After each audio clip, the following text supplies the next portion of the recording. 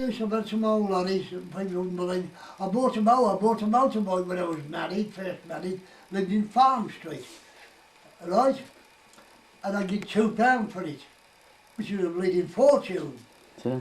And I started up, picked it up, and I put it outside, because I lived on the main street in Farm Street, by the lodge, Yeah. right?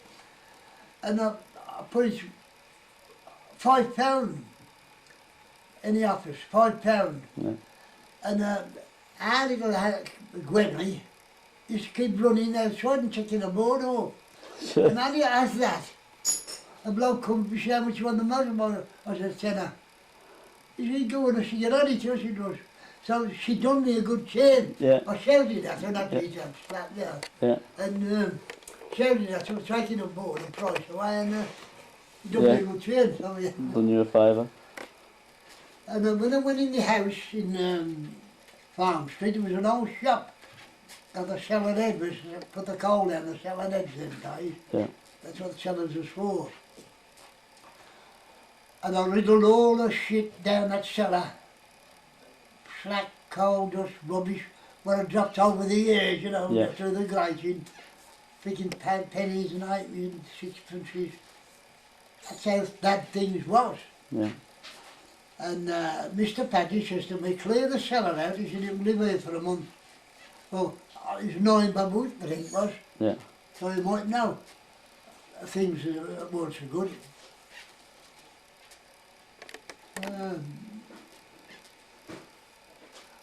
Oh, and after the war, 1947, that very, very bad snow, I used to go to Cox's Colliery, Brown Hills, which was a private concern belonged to Mr. Cox. And the ponies used to go down there of a morning and they used to bring them up of the night. Yeah. Well, this winter was the worst in memory, my memory anyhow, yeah. and a lot more people.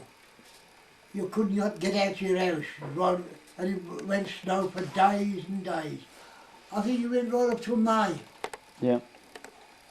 And I got over there with my nephew, young Lenny Slater. He was my nephew, wasn't he? Like me. I've been my nephew, wasn't he? Well, that thing, you believe. And I went with young, in the snow. The Germans was prisoners of war closing the roads at the time. And I went over to there. It took me a bleeding 2 hours, normally about 20 minutes, probably longer than that. And when I started seeing me, no good, you can't, the scales don't work. Yeah. I said, well, I put on what I usually have. And I got bleeding 9 ton on. Did you? And I pulled on the, he says, what you got on? I said, well, I built it, pyramid built it, you know what I mean? Yeah. I said, well, but give me the same, I always have 5 ton. And I couldn't get back bleeding quick enough to go and get another load, right? Yeah. Which I was going in about 4 ton. Yeah. During that oh, it was the worst winter of living in my memory, anyway. Was it? And I spoke to other people and were better than me. Worse than it was, worse in memory. 1947. Your dad was born, I remember that. And there was a coal yard in the corner of Beaches Road, Old Oscott Lane, and Aldridge Road. And my sister used to share the coal in there in the hall in the bad weather. Used to have a big overcoat on. And I used to come with the barrows in the snow, you know what I mean. And all the tips they give her, she used to put it in her pocket to give me. Sure. To help me, because I'd have to serve, you know what I mean? Yeah. Just to start it up. What else can I say?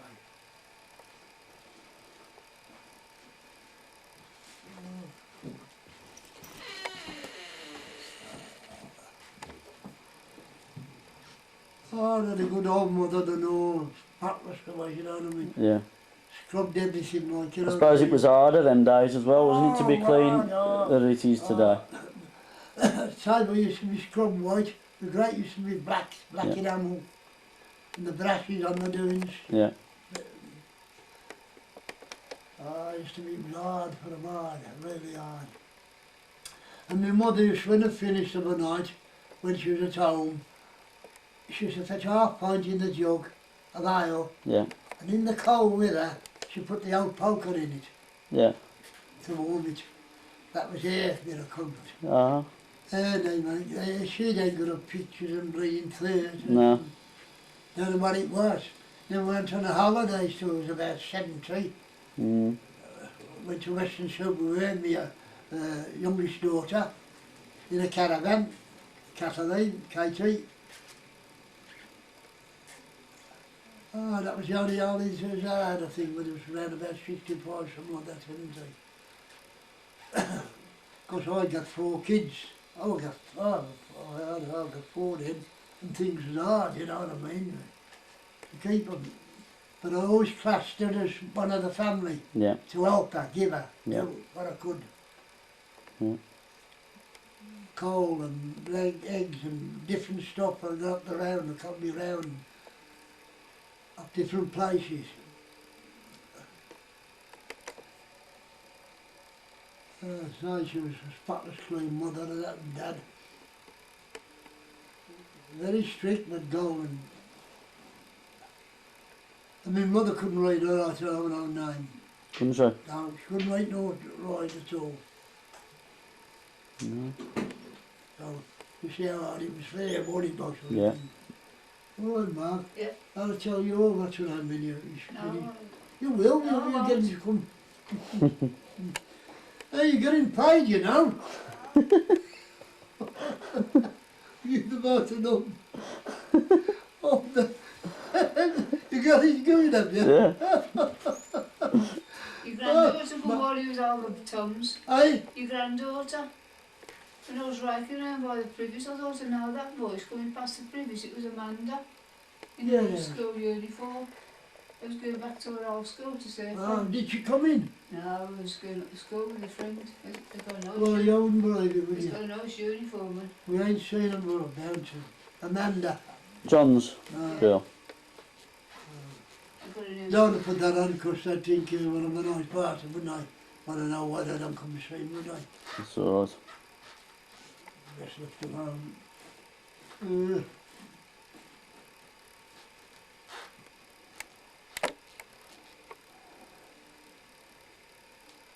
Did he get I had involved? a golden wife in cleanliness, morals.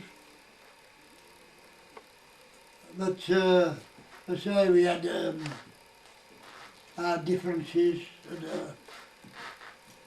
different things. Yeah.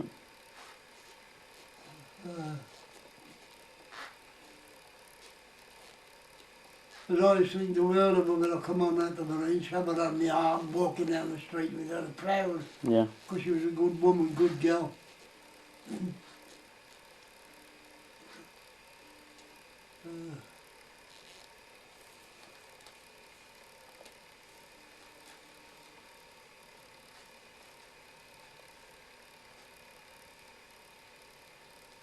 Oh, when I come out of the Marines, I don't know where it was for lunch, you know what I mean? Mm. Nice food, you know what I mean? And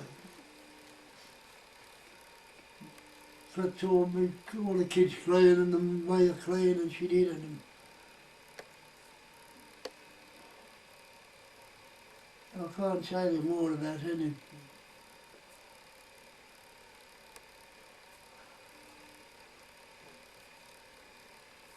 We had our differences was a sunny thing, but they are was one of those things. Yeah. That's it. And my parents thought the world of her, my dad and mum did, Did they? thought the world of her. Yes. Our Gwenny used to call her, our Gwen. Did We they? had our Gwen in with the babbies. When I was away, she used to take them to her mother's across the fields, two in the pram and one walking beside her. Did she? Ah, Mhm.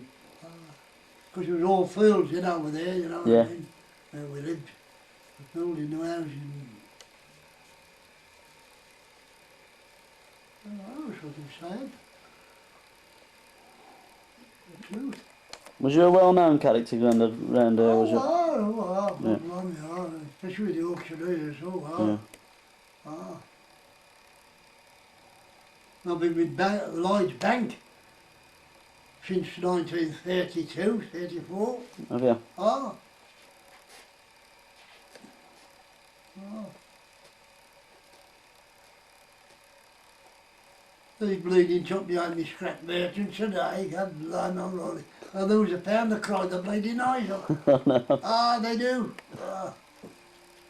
Oh, and all, what he. There was one thing, he used to come to our house, come to my, I had a chip on the King Standing Road, chip the rubbish, he used to come and chip the rubbish. He was in the scrap trade. And it used to be half a crown then, I used to chip to about half crown. And he's a flash cow now, you know what I mean? They forget though, don't they, you know what I mean? Yeah. And I was at it more years before him. Also, I had before back then on the going in the services. Yeah. They're all talking bleeding telephone numbers. They do, yeah. Oh, I forget where they got it from.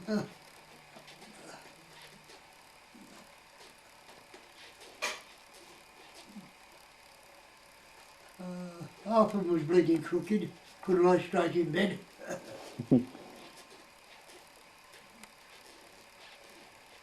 And the scrap merchants today, I knew the oldest scrap merchants I used to go to in Birmingham, the oldest. Yeah. A man named Bob Giblin. Yeah. He had a yard in Equal Street, a second-hand shop in Equal Street, Hockley, and he had a little yard in Hadley Street, which was up Keel Drive, buying scrapping and that. And he was one of the oldest. His mother, grandmother, used to be a scrap woman down the terrace, in a big white terrace in New John Street West. And she was so coal and buy scrap, his old granny. That's right. One of the, now I'm going back a bit, I know. That's some time ago, that, isn't it? You'll say 100 years or... Yeah. Bob Giblin. And he was the nicest, honest man going, he was, Bob Giblin. Was he? I used to go to auctions with him. And he died all of a sudden, he didn't smoke. I used to have a pipe, I used to have a pipe. And I used to go to auctions with him, and I used to sell me a lot of his scrap to him. Yeah. And then there was Toby Stanley, another old one, but Bob Giblin was the oldest scrap merchant in Birmingham. Yeah. He was. Which is his granny, he used to be in the business.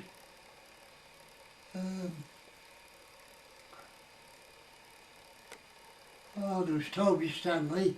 Old Toby used to be on Soulpool Wharf, Hockley. And he had two sons, one named Billy and one named Joe. Oh, three sons, one named Billy, one named Joe and one named Albert. Toby Stanley. And the one son died all of a sudden, had the flu. And he was that kind of a man that had to creep at it. And then the old man died, the father died all of a sudden, Toby Stanley. And then there was Joe, which had got a bit of a scrapyard of his own up Hollywood Road. And Billy left. And Billy, he couldn't have a drink. He used to go out of the night, come up the town and catch the last tram home. Got to be in a chin. Now this is a man working with his dad in the scrap side. And of course he done his nut when his dad died. Started drinking. He went in home. I don't know what's happened to him now, whether he's still in, I don't think so. He'd be the same age, but I was a bit older than him. He went to the army and he had it rough and all, he was in Germany, he had it real rough. And Joe took the business over, Joe Stanley, another nice villain. I come out of the Marines on a long weekend. I was stationed in Cornwall at the time, and I was going abroad, which I didn't know, and I'm driving down with my lorry to fetch a load of coal from the Lawley Street Wharf, and he's in the road with his pals. He's what you call on the run at the time, dodging the army. Yeah. And he stopped me in the road and he asked me for $1, which was a bleeding lot of money. Yeah. I was very hard job. And then I say when I came home, once we got to his dad and him after, and forgot them days when he wanted 5 shillings, you know what I mean? Yeah. Oh, I don't know. It cost me bleeding money going out with him, you know what I mean, boozing and that, and yes. Was there any people around then that you'd say was a millionaire at that time, like compared to today's standards, or? No. Toby Stanley, wealthy man. Toby Stanley, a wealthy man. Yeah. Of course, I'm talking about when I'm a kid, not when I'm young.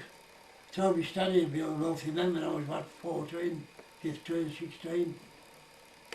Because he had the first baling machine in Birmingham. Did I? The Germans come and fitted it up.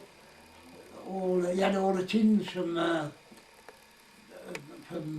bakery, and the 2 bakeries, Scribbenses and Bradfords, and all the old drums